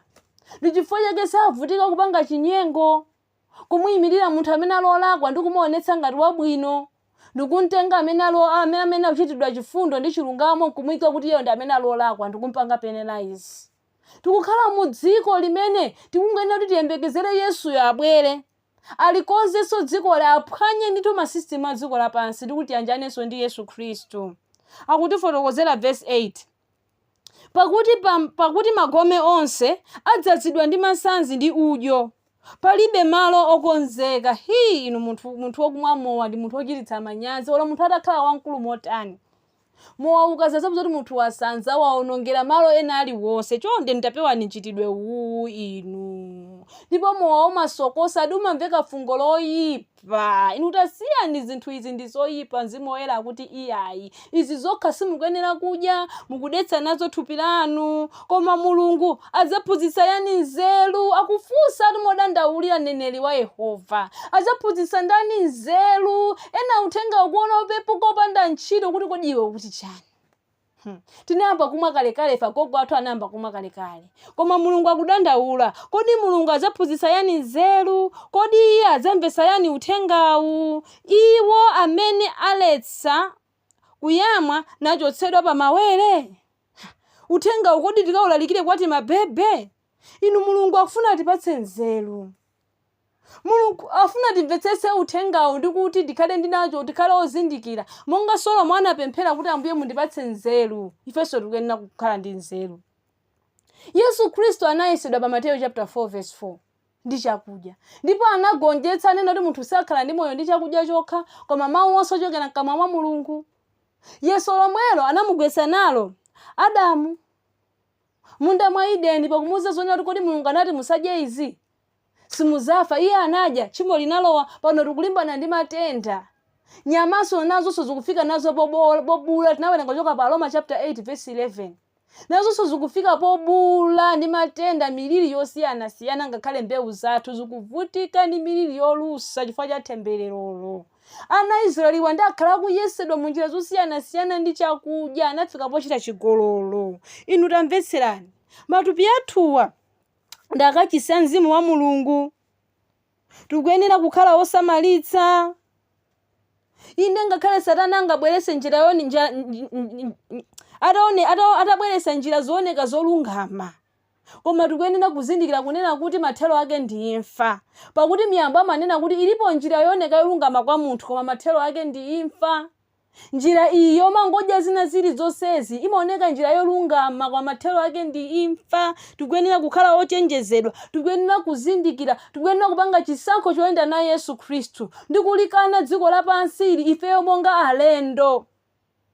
Sitikuyenera kungokhala okomedwa kumangodya zina zili zonse. Pa 1 Korinto chapter 3 verse 16 ndi 17 akutitsimikizira za chimene chili pa mtima wake wa Mulungu, ndikuti ifeyo tikuyenera kusamalitsa pamene tikuyenda moyo uno, pamene tikulandira zakudya zosiyana-siyana. 1 Korinto chapter 6 verse 19 akuti chani? Verse 19 akufotokoza motere: kapena simudziwa kuti thupi lanu ndi kachisi wa Mzimu Woyera amene ali mwa inu, amene muli naye kwa Mulungu, ndipo simukhala a inu nokha, pakuti munagulidwa ndi mtengo wake wapatali. Chifukwa chake lemekezani Mulungu thupi lanu. Haleluya! Tikuyenera kulemekeza Mulungu ndi thupi mwathu, ifoti ifeyo ndife akachisi a Mzimu Woyera, amene Mzimu Woyera agonera mmenemu. Chonde anthu anga, Mzimu Woyera kuyankhula ndithu motere kutichenjeza ife anthu, ndikuti tikuyenera kuzindikira ndikuchita chimene Mulungu akufuna. Tikawerenganso kuchokera pa 1 Korinto chapter 3 verse 16 akufotokoza motere. Verse 16: kodi simudziwa kuti muli kachisi wa Mulungu, ndikuti Mzimu wa Mulungu agonera mwa inu? Ngati wina aononga kachisi wa Mulungu, ameneyo Mulungu adzamuononga, pakuti kachisi wa Mulungu ali wopatulika, ameneyo ndi inuyo. Haleluya! Inu Mulungu akutiwerengera ifeyo monga ngati akachisi wopatulika, mene wayikamo mbewu yake, mene wayikamo malamulo ake amene tikuyenera kuwasunga. Pakudya zokudya zodesedwazi zimene sitikuyenera ifeyo kudya, Mzimu Woyera amachokamo. Timaperekedwa kuzilakolako zonyasa. Ndi chifukwa chake lero lino maukwati sakulemekezedwa, anthu akufika pomagona ndi nyama, chifukwa kumazimva kuti ine ndine chinyama, ndikufuna chinyama. Nyengo zino tikukhala mu nyengo zowawitsa, inde pamene mavuto folowa wazinga dziko lapansi: njala, matenda, chuma kugwa, inde nkhondo pena paliponse, miliri yosatha. Koma Mulungu akufuna tipase ifeyo moyo ochuluka. Mowa tausiyeni inu musamamwe. Mukakawerenga kuchokera pa Miyambo chapter 23 tikamvapo pamene popo zakhaidwera anthu oledzera, kunena kuti amayenda mwadzandidzandi, inde ngakhale maganizidwe awo amaganiza modzandidzandi. Ndipo amene amamwa amene wandosocheretsedwa amapezeka amenyedwa koma osazindikira, kulasidwa osazindikira kunena kuti alasidwa. Mowa fodya zimapha ubongo wa munthu. Munthu wa Mulungu sakuyenera kuzitenga zimenezi kuzika mkati mwake, zimadetsa thupi la munthu. Anthu a Mulungu, tiye tikonze Yesu Khristu akubwera posachedwa inu. Pamene Yesu Khristu akubwera kufuna azatitenge ifeyo tili olungama opanda banga, tilibe kakhate kofirako, tikuyenera kukachosa. Zinthu izi zimadetsa munthu, monga tawerengera kunoti ngakhale chakudya, amene ayenda nazitsata nayeretsa mowa, amene ayenda nayeretsa nkhumba kaya mbewa, naziyika kuti izi ndi zoyesedwa zopatulika tidya, amene azathedwa pamodzi. Kudya onse amene amadya chonyansawo, onse amamwa chonyansawo azathedwa pamodzi. Takumbukirani inu njoka ndime inamunyenga Adamu ndi Hava kuti adye chipatso chija. Man instructing snake Escalopus. Kwa amene tinaphunzira medicine tikudziwa kunena kuti pa logo ya WHO pamakhala njoka. Chifukwa chani? Imene ija dzina lake ndi Escalopus, imene matanthauza kunena kuti man instructing snake, imene imazionetsera ngati msing'anga wamkulu ochiza matenda. Koma chomvetsa chisoni mumankhwala amayikamo ndulu amayikamo poison ya njoka ndi cholinga chonena kuti azipha ululu. Ndi chifukwa chake niyo mukamwa overdose ya mankhwala achipatala mumafa, chifukwa mmene momwe muli ululu wa njoka. Njoka inayamba kuyankhula pakati pathu ndipo imabwera nkumayankhulabe kumanyenga maganizo a anthu. Inu Mulungu akwenera atithandize atipulumutse ndithu timve mawu a Mulungu awa ndikuti tikhale okonzeka. Pa 1 Korinto chapter 10 akutifotokozera zotsimikiza zotani. Monga tawerengera nkhani yochokera ku 2 Mafumu chapter 6 kuti azimayi anafika pokudya ana awo. Inde mtundu wa Israeli unafika pomadya bulu, kumadya zitosi za nkhunda, kusowa chakudya. Njala itafika povuta. Inde dziko lapansi mu 2024 yafika pokudya njovu chifukwa chosowa zakudya, yafika pokudya mabaksi, achina ntchentche, achina mphutsi. Inde achina chani awa, achina mphemvu ndikumadya kuwapanga masinaki akuti kukhala okoma ooneka bwino, atawakazinga bwino nkwayika zimaspice. Inde nyama ya munthu ikudyedwa. Tikukhala mu dziko loopsa limene tikuyenera kusamala kwambiri ndi zakudya zimene zili processed. Tazizilimirani chakudya inu, muzizipangira nokha naphatikiza, muzale ma herbs osiyanasiyana, maspice osiyanasiyana muzizalire nokha, achina ajowa kandi achina sweet basil kandi achina thyme, muzithira muzakudya zanu kusiyana ndi kumangagula zinthu zinazi zimene zili zongononga thupi, zimene simaziwa zoti asakaniza bwanji. Akunena kuti ati beef spice. Kodi beef spice imene ukudyayo ng'ombe yake inali ya ndani? Ma flavors akachokera kwa ndani amene apangisa kunena kuti ukhale ndi beef spice? Mulungu akwenera atithandize ndithu inu, tikuyenera kukhala okonzeka. Nkhani zimenezi zinaperekedwa chifukwa chani? Zikuyenera kuti uzachani ife masiku akumapeto ano. 1 Korinto chapter 10 verse 6. 1 Korinto chapter 10 verse 6 akutiuza motere: koma zinthu izi zinachitika zikhale zotichenjeza ife, kuti tisalakalake zoyipa ife monga iwonso analakalaka. Iwo analakalaka nyama, nalangika. Analakalaka kumwa zoledzeretsa, nalangika, ndipo akanalangika abe mpaka na lero. Amene amwako kuziphunzitso zoyipazi kuti chakudya sichipisa munthu, lero akuvutika ndi ma consequences ako, ma consequences amakhalidwe awo. Verse 7: kapena musakhale opembedza mafano monga ena a iwo, monga kwalembedwa, anthu anakhala pansi kudya ndi kumwa nanyamuka kusewera. Atapanga ching'ombe chija ana Israeli mu chipululu, akuti anapembedza mafano, nadya, namwa, nanyamuka kusewera. Amasewera motani? Verse 8: kapena tisachite dama. Iwo anala kuchita dama, amachita mchitidwe wachiwerewere. Muzaone mabala monse mene magulisidwa mowa mumayenera kupezeka nyama. Zimayenderana zinthuzi. Amene mukumadya nyama kwambiri lero mukapanda kusamala, mapazi anu akulowera kokumwa mowa, akulowera kokachita zadama, chifukwa magazi wana chilengedwe chanu sichiyenda mwa chilengedwe, chimakhala chikuthamanga, magazi amakhala othamanga. Ndichifutike nkhani zogwirira zikupita patsogolo kwambiri masiku ano. Ma abuse akukula kwambiri. Ndimalakalaka mwina aboma atamalengeza zimene zipesani kudya nyama kuti abuse ichepe. Mundende za dziko lapansi mukhoza kuchepa anthu kwambiri amene akumakhala under abuse chifukwa cha zokudya zimene azika. Ena amafika ponena kuti matenda awa ndine amwina kwa makolo. Inu musayiwale diet is also hereditary. Ena afika pozinena kuti ifeyo ndife angoni timadya nyama kwambiri ndiye tikuyenera tizidya nyama. Ndezi matenda zimene zimagwira angoni ndi zomwezo. Diet is hereditary. Matenda aso is hereditary. Inuyo mukhoza kupanga break chain ya matenda amene ali kubanja kwanu ngati muyambe kudya molondola lero, muyambe kudya moyenera lero, kuchulukisa za masamba za munthakazi, chifukwa ndi diet imene Mulungu anayika kunena kuti munthu azidya. Ndikupewa za nyamazi zimene zimangobweretsa matenda ambiri pathupi la munthu. Tikatero tikhala tisamalisa ndithu matupi awa amene Mulungu wapanga ordain, wapatula monga akachisi ake kuti Mzimu Woyera azigonamo. Tiye tipitirize kuwerenga.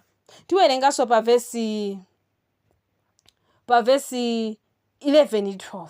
Koma izi zinachitika kwa iwo monga zotichenjeza, ndipo zinalembedwa kutichenjeza ife amene matsirizidwe a nthawi yapansi pano adafika pa ife. Matsirizo a nthawi yapansi pano afikira kwa ife. Ino ndi nthawi yakumapeto, aono masiku akumapeto. Izi zalembedwa zotichenjeza kuti tikhale ozindikira, tikhale openya. Verse 12. Chifukwa chake iye wakuyesa ali chilili ayang'anire kuti angagwe. Alipo ena amene simumwamowa, amene simudyaidya mwina zakudyaidya zosiyana-siyanazi, koma ndiye mmaziona ngati mwapambana makhoza. Khalani chilili, khalani oyang'anira, zipembedzereni, pembedzerani nawonso, chifukwa ndi zokopa. Inu kanyama kamaka otchatapo kamanunkhira, kamapereka chilakolako kuti mwina ndingodya, mwina ndingolawako, umayamba kulawa pang'ono, kenako basi ndikumasokonekera. Monga tinaona kuti pa Masalimo 137 kuti ofusidwa aku Babulo kuti ayimbe nyimbo pa mitsindi yaku Babulo, anawo zolangoimba nyimbo imodzi yokha. Zimangotengera kuti mowawo mulawe kamodzi kokha, fodyayo mungolawa kamodzi kokha, kenako zimene zochamba kukhala chizolowezi. Mapeto ake ndi chiwonongeko. Ilipo njira yolungama kwa munthu, koma mapeto ake ndi chiwonongeko. Na izi zokha izi simukuyenera kudya. Mudziko ili la chilendo simukuyenera kumwa, simukuyenera kusuta, simukuyenera kuzola. Na izi zokha izi ndizoperekedwa kwa mafano, ndi chinjoka chimene chinapereka. Tikamawerenga kuchokera pa Chivumbulutso chapter 17 timamva kuti pamenepo pali mkazi wachigololo amene iye ananyamula chikho m'manja mwake. Lazonyazitsa zonse menemo ndi chifukwa chake m'mipingomu mkazi wachigololoyi anthu akumalimbikitsidwa kudya zina zilizonse, kumwa mwina mulimonse, ndikumati Mulungu zakudya sizidetsa munthu. Koma tazindikirani inu, tikamawerenganso kuchokera pa Chivumbulutso chapter 2 verse limene tiwerenga. Chivumbulutso chapter 2 kumpingo wa Tiyatira, kumeneku kunaoneka chifanizo cha Ahabu ndi mkazi wake Jezebeli, amene anasocheretsa dziko lapansi kulipereka kudya, kuzakudya zoletsedwa, zoperekedwa ku mafano. Ahabu analamulira dziko la Israeli kwa zaka 22. Pa zaka 22 anakumana ndi njala ziwiri. Njala yoyamba ndija tinayiona pa phiri la Karimeli, Eliya kulimbana ndi aneneri. Zaka zitatu ndi hafu kunagwa njala yopsa, chakudya chinasowa. Eliya wapita wakwera kumwamba, Elisa wabwera, panabwera njala iyi. Yapa 2 Mafumu chapter 6, njala imene inakhala zaka 7 ndipo inasausa.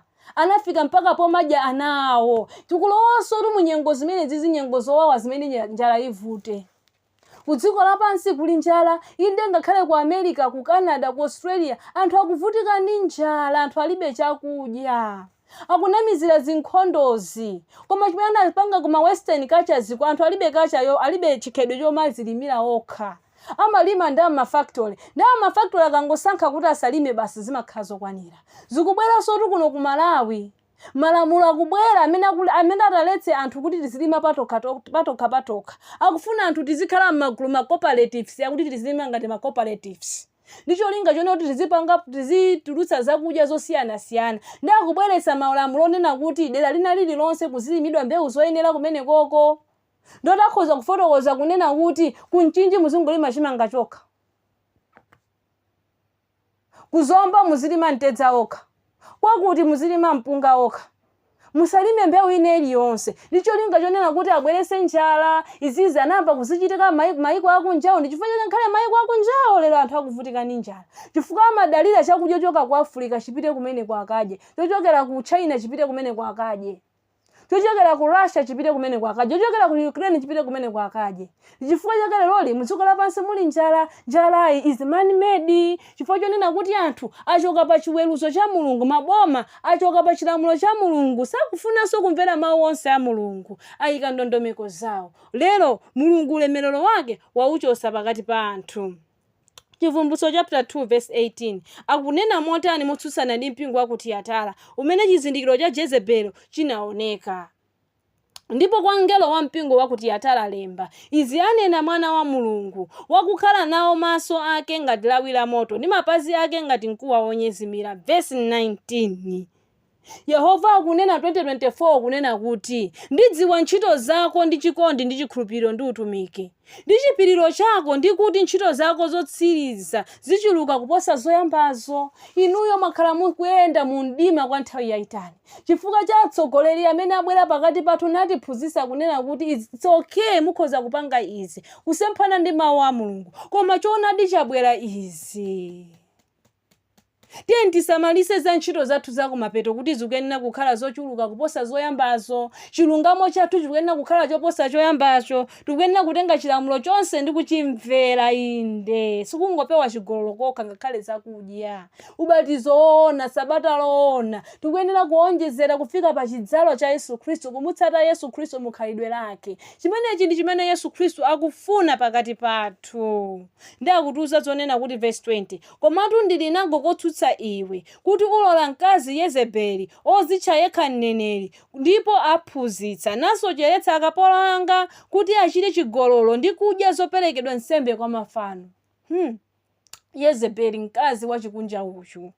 Inde chimpingo ichi chachikulu cha Katolika chimene chinanyamula ziphunzitso zonse ndi chifukwa chaketu asisepiya anatuluka mu Katolika mpaka nalero amadyabe nyama zoletsedwa. Chifukwa anangoziyamwira kwa mkazi wachigololoyi, chifukwa kwawa ndi ana mkazi wachigololoyo.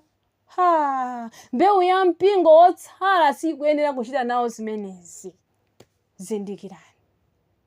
Inde ngakhale mungakambe kunena kuti kazinayeretsedwa, inuyo mulibe mphamvu yoyeretsa. Mulungu anayeretsa zokhazo zimene zili zopatulikazo. Akutifotokozera verse 21. Akutifotokozera pa verse 21 monena kuti ndipo ndampatsa iye nthawi kuti alape, koma safuna kulapa kusiyana nacho chigololo chake. Zomvetsa chisoni. Uthenga wakhala ukulalikidwa ndi amithenga ake malo osiyanasiyana kuchenjeza dziko lapansi. Mulungu atipasa kanthawi konena kuti tilape, koma sakufuna kulapa, sakufuna kusiyana nacho chigololo chake. Inuti chigololo chili apa ndi cha uzimu. Mulungu sakufuna kumphatikiza ndi milungu ina. Akufuna ifeyo tizimva pakamwa pake. Wina aliyense amene amamvera zonena za munthu ndoti akupembedza fano ameneyo, wazipangira milungu ina. Sakumvera Mulungu mmodzi wakumwambayo. Levitico chapter 18, Deuteronomy chapter 14 akufotokoza za nyama zoyenera zimene zife tikuyenera kuzilandira ndi chiyamiko. Koma iweyo mbusa wafika poyima pa malo a Yesu Khristu kumuchotsapo Yesu nkukhala pa mpando ndikumalamulira. Wansembe wafika polamulira, profeti neneli wafika polamulira ziphunzitso za Jezebeli huleyo. Nanena kuti ukhoza kudya china chilichonse. Masiku sapambana tsiku lina lililonse, ukhoza kupembedza tsiku lina lililonse. Mulungu akuti wakupasa kanthawi yokuti ulape. Inu Mulungu atipasa kanthawi katsala kawamwa ndani. Atamve ichi ndi ndani. Amene atamve mawu awa ndani. Uthenga unapulumutsa moyo wake inde kumbado okhotakhotawu. Tatiye tipite pa verse 24 verse 25. Kwa inu amene mutamve mawu awa nawatsata. Koma ndinena kwa inu, kwa otsala akutiyatala. Inde kwa otsala mu 2024 amene muli ampingo wa mkazi wolungamayo wapa Chivumbulutso chapter 12 verse 1. Amene chikhulupiriro chake chimene amakhulupirira iye chaphunzitsidwa ndi atumwi. Inde chaphunzitsidwa ndi aneneri ndipo akuyenda mmenemo. Akulitenga Bible ili kukhala lolamulira moyo mwake, kukhala mawu ouziridwa amene ali amphamvu ndi kuti china chilichonse chimene chili ncha m'Bible mundilandira. Chimene Bible likunena kuti ayi ine ndichitenga kukhala kuti ayi, kukhala nacho chikhulupiriro chopanda mafunso. Mawu a Mulungu akuti chani? Kwa inu amene muli otsala amutiyatala. Onse amene alibe chiphunzitso ichi, chiphunzitso chophatikiza dongo inde ndi chitsulo, chiphunzitso cha Katolika, chiphunzitso cha mfumu wa Chiroma, akuti chani? Amene sanazindikira zakuya za Satana. Inu kudya nkhumba ndi kuzindikira zakuya za Satana. Wina anafika ponena kuti ndikufuna nditadya nyama ya munthu, ndifuna ndimve kuti makoma bwanji. Kuzindikira zakuya za Satana kumeneko. Inu milamba itaisiyeni ndikuzindikira zakuya za Satana kumeneko. Ndifuna nditagona ndi galu ndimve kuti zimamveka bwanji. Ndifuna nditagona ndi ng'azi ndimve zimamveka bwanji. Mbuzi ndimve zimamveka bwanji. Chonyasa ichi chiphunzitso cha Jezebeli chimene chinapangisa anthu a Mulunguwo kunena kuti adye zodetsedwa nachita zadama. Tachokani pa ziphunzitso zoyipazi, inu kuledzera nachita chonyasacho. Mulungu wathu akutiyankhula kunena kuti kwa iwo amene sanazindikire zakuya za Satana. Si nthawi yozindikira zakuya za Satana ino kuziwesa m'mapazi kuchita uchimo, kuchita zosemphana ndi mawu onse amene Baibulo likufotokoza. Tamvetserani. Koma anena sindikusanjikizani katundu wina. Verse 24 ningoyiwerengaso yonse. Koma ndinena kwa inu, kwa otsala a mu Tiyatira, inde mpingo woona wa Mulungu, onse amene alibe chiphunzitso ichi, chiphunzitso chabodzachi, amene sanazindikira zakuya za Satana, amene sasewera ndi tchimo.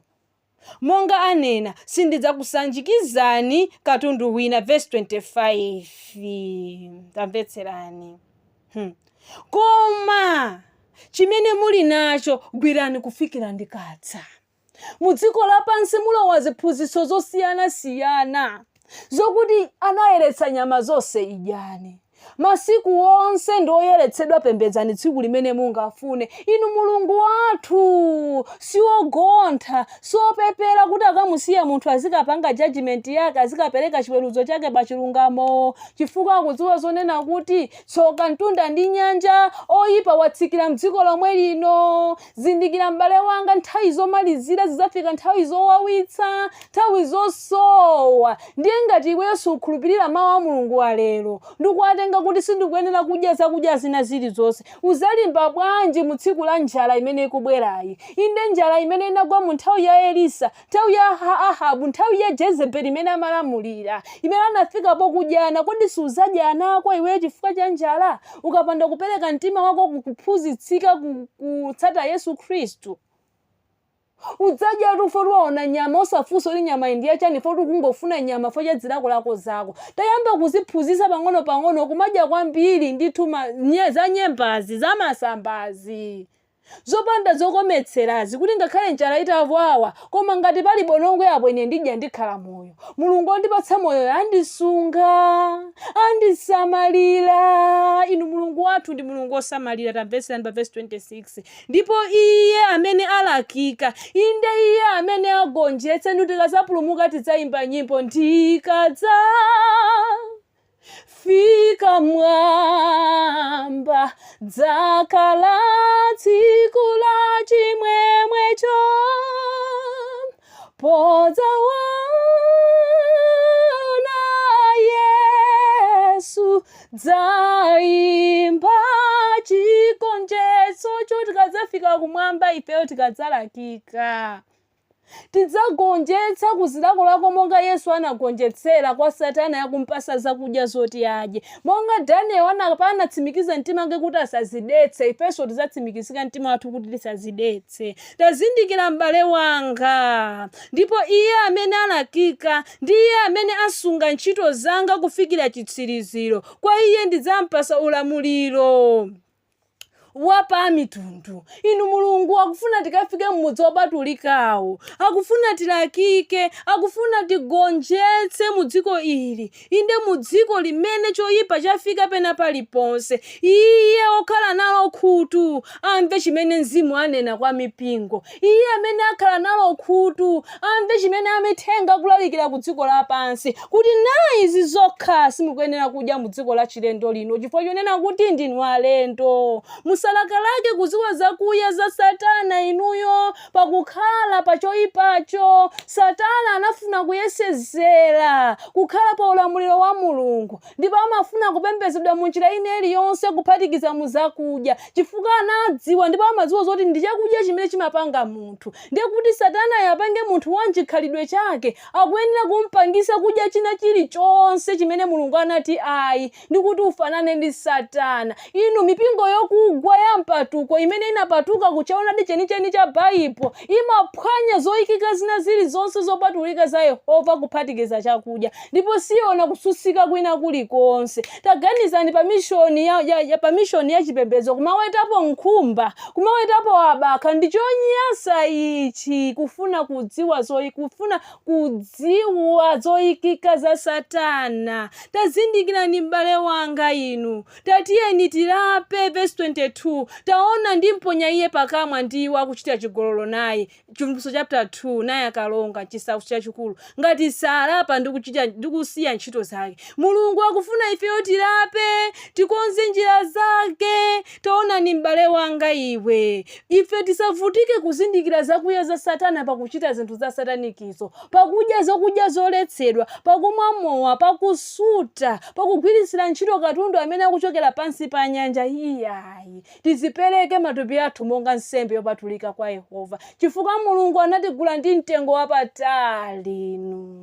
Tagulidwa ndi mtengo wapatali ndifo ikika Yehova. Odala iye amene ali nalo khutu amve chimene Mzimu anena. Mulungu akwenda atithandize inu pamene tikuyenda mu nyengo imene dziko lapansi likupita kumapeto, pamene njala ifika pakati pathu, pamene boma lifika poyamikira kudya zinyama zodetsedwa kuti anthu apeze chakudya. Mulungu alichitire chifundo. Osapititsira chimanga bwanji ndi mpunga mayiko akuvutika ndi njala, koma ukapititsira iwowa njovu kuti asidya. Osapititsira akabichi akungoti swesa mtendere m'Malawi wa bwanji. Kumawe kuno takolola zinthu zosiyana akabichi, mbatatesi, mbatata, zimenezi bwanji osapititsira zikadya koma kuwalozera njovu zodesedwazo. Mulungu akwena atichitire chifundo, atithandize tikukhala mu dziko lovuta, mu dziko la njala, chuma chasokonekera, nkhondo zili pakati pathu, matenda miliri ilipena paliponse. Mulungu akwena kukhala thandizo lathu, atithandize masiku ano ipo pozindika kuti masiku aloyipa ndipo Yesu Kristo akubwera posachedwa. Koma langizo ndi lomwe lija, odala iye amene amva chimene Mzimu ayankhula kwa mipingo, odala iye amene amva chimene Mzimu ayankhula ku mtima kwake. Inetu ndikumva kuti Mulungu ayankhula ndi mtima wanga, ndipo ndatsimikiza kumutsata Yesu Kristo kuti ngakhale nditakhala ndi njala sindizalola kuchoka pa chifundo chake cha Mulungu, sindizalola njala kundilekanisa ndi chifuniro chake cha Mulungu, koma ndidzayimabe. Ndi bwino ndife ndi njala kusiyana ndi kudya zakudya zimene Mulungu anati usadye. Mulungu atithandize, Mulungu akuthandizeni. Mulungu athandize mpingo wake ndi kuti tigwiritsitse choonadi masiku ano akumapeto. Titseke maso tipemphere. Olemekezeka inu Mulungu wathu amene kukhala kwanu ndi kumwamba, amene simunatimane ife ndi kutibisira choonadi chanu, koma munationetsa za njira zanu. Mukhale nafe ndi kutithandiza, ndi kuti pamene tikukhala moyo uno tikapange zisankho zoyenera zokutsatani inu Yesu, ndi kuyenda nanu kufikira kumapeto onse a nthawi. Pamene mukubwera muzatipeze ife tili okonzeka. Inde tikulakalaka Nkhoswe Mzimu Woyerayo akhale mwa ife, akhazikike mwa ife mu dziko lino la chilendo, ndi kuti atiphunzitse tsiku ndi tsiku malamulo anu ndi malangizo anu, kuti akhale akutiunikira pa njira pathu. Inde Mulungu wathu ndi kukhala nyali pa njira pathu, ndi kuti tisasochere, tisapunthwe, nakhala ndi chidwi mwina kuzindikira za mkati mwa ziphunzitso za Satana, koma mukatipulumutse inu kwa oyipayo. Pakuti kwalembedwa kunena kwa iye yense amene atenga inu Yehova kukhala mbuye wake, iyeyo ndiye odala. Ambuye tikulakalaka ife kukhala odala mu dziko latsoka ili limene matenda ali pakati pathu, njala ili pakati pathu, nkhondo ili pakati pathu. Tikupempha mukhale mthandizo wathu, musatisiye, mutigwiritsitse kufikira kumapeto. Pamene mukubwera muzatipeze ife tili olungama ndipo tili oyera. Tapempha zonsezi kupyolera mu dzina la Yesu Kristo. Amen.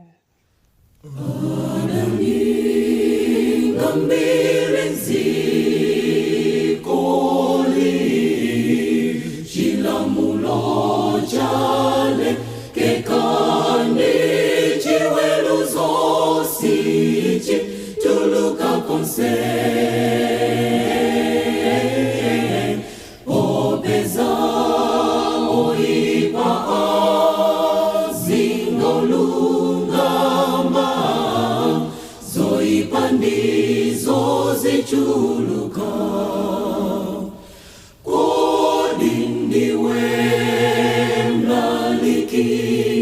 Unena sabe umabandiwe mwini mlaliki uchita za chiko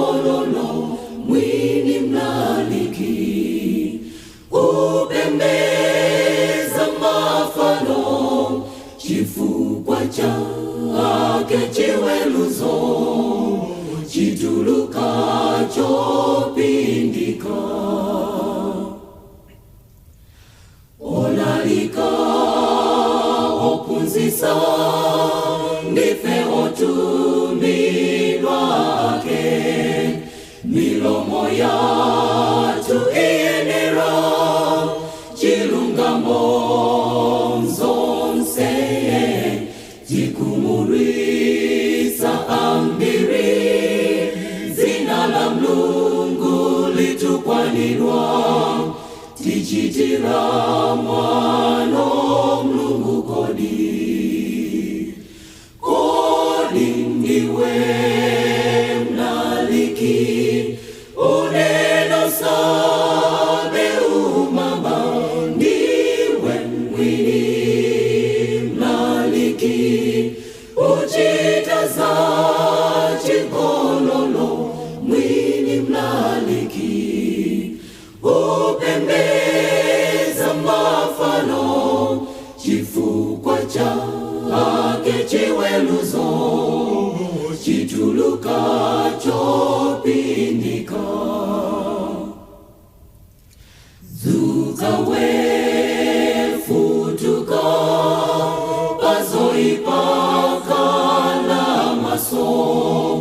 Wanirisa utumiki wako impazo wawanzonse.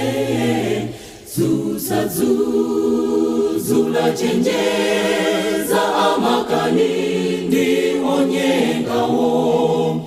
Aziwe nkwiyo wa Mulungu wayandika. Kodi ndiwe mnaliki uneno sabe umama. Ndiwe mwini mnaliki uchita za chigololo. Mwini mnaliki upembeza mafano. Chifukwa chake chiweluzo chituluka chopindika. Kodi ndiwe mnaliki uneno sabe umama. Ndiwe mwini mnaliki uchita za chigololo. Mwini mnaliki